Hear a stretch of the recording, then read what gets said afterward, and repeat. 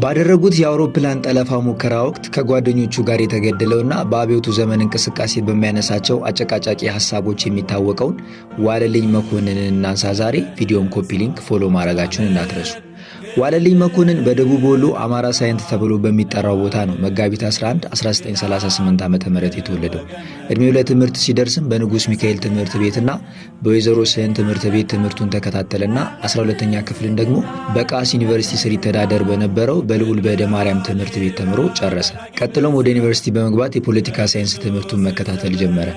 ዋለልኝ መኮንን ከፖለቲካ እንቅስቃሴው ባሻገር በስነ ጽሑፍ ጎበዝ እንደነበር የሚነገር ሲሆን 1961 ዓ.ም አዲስ ዘመን ጋዜጣ ላይ በወጣው የስነ ጽሑፍ ውድድርም ኢትዮጵያውያን አርበኞች ከጣሊያኖች ጋር ያደረጉትን ግብግብ በሚያምር የስነ ጽሑፍ ፍሰት ጽፎ አንደኛ ወጥቶ አሸናፊ የነበረ ሰው ነው። በአብዮቱ ዘመንም የተማሪውን አብዮት ከሚያቀጣጥሉ ሰዎች ውስጥ አንዱ ሲሆን በተለይም ደግሞ ተማሪ ጥላሁን ግዛው ከተገደለ በኋላ ከጓደኞቹ ጋር አስከሬኑን ወደ አዲስ አበባ ዩኒቨርሲቲ ይዘው በመሄድ የጥላሁን መሞት ከጉዟችን አያግደንም እንደውም ያበረታናል በማለት ተቃውሞ ባሰሙበት እንቅስቃሴና 23 ተማሪዎች ተገለው ከ100 በላይ ተማሪዎች የቆሰሉበትን እንቅስቃሴ የመራም ሰው ነበር።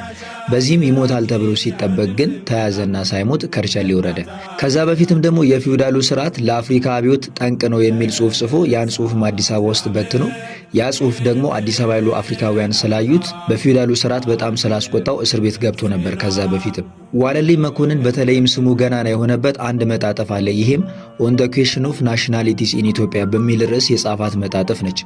ይሄ መጣጥፍ ሁለት ጎራ ከፍሎ ሰዎችን ያከራከራል። ከፊሎቹ ዋለልኝ መኮንን የብሔር ብሔረሰቦችን እኩልነት የጠየቀበትና እስከዛሬም ለብሔር ብሔረሰቦች እኩልነት መሰረት ጥሎ ያለፈ ሰው ነው ብሎ ሲያመሰግኑት፣ ከፊሉ ደግሞ ዛሬም ድረስ ለገባንበት መከፋፈልና መጠላላት መሰረት ጥሎ ያለፈ ጽሑፍ ነው፣ ዋለልኝም በዚህ ልክ ክፉ ነበር ብሎ ይኮንኑታል።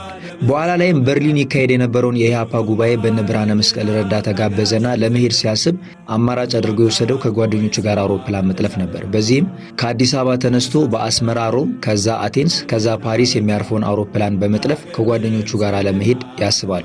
በዛም አውሮፕላን ጠለፋ ወቅት ተደረሰባቸውና ታደለች ኪዳነ ማርያም ከምትባለው ጓደኛቸው ውጪ ሁሉም ይገደላሉ በዛ የአውሮፕላን ጠለፋ ሙከራ። ታሪክ እንደሚነግረን ከሆነ ዋለልኝ መኮንን ሲቀበር እንኳን ፍትሐት እንዳልተፈጸመለት ከታሪኩ መረዳት እንችላለን። ስለ ዋለልኝ መኮንን ሐሳቦችና መጣጥፎች ደግሞ በሌላ ሰፋ ያለ ቪዲዮ ሰራላችኋለሁ። ዛሬ ስለ ዋለልኝ ቪዲዮ ታሪክ ባጭሩ አነሳውላችሁ። ቪዲዮ ከተመቻችሁ ሁሌ እንደምለው ኮፒ ሊንክ፣ ፎሎ፣ ሪፖስት ማድረግ አትርሱ። ይመቻችሁ።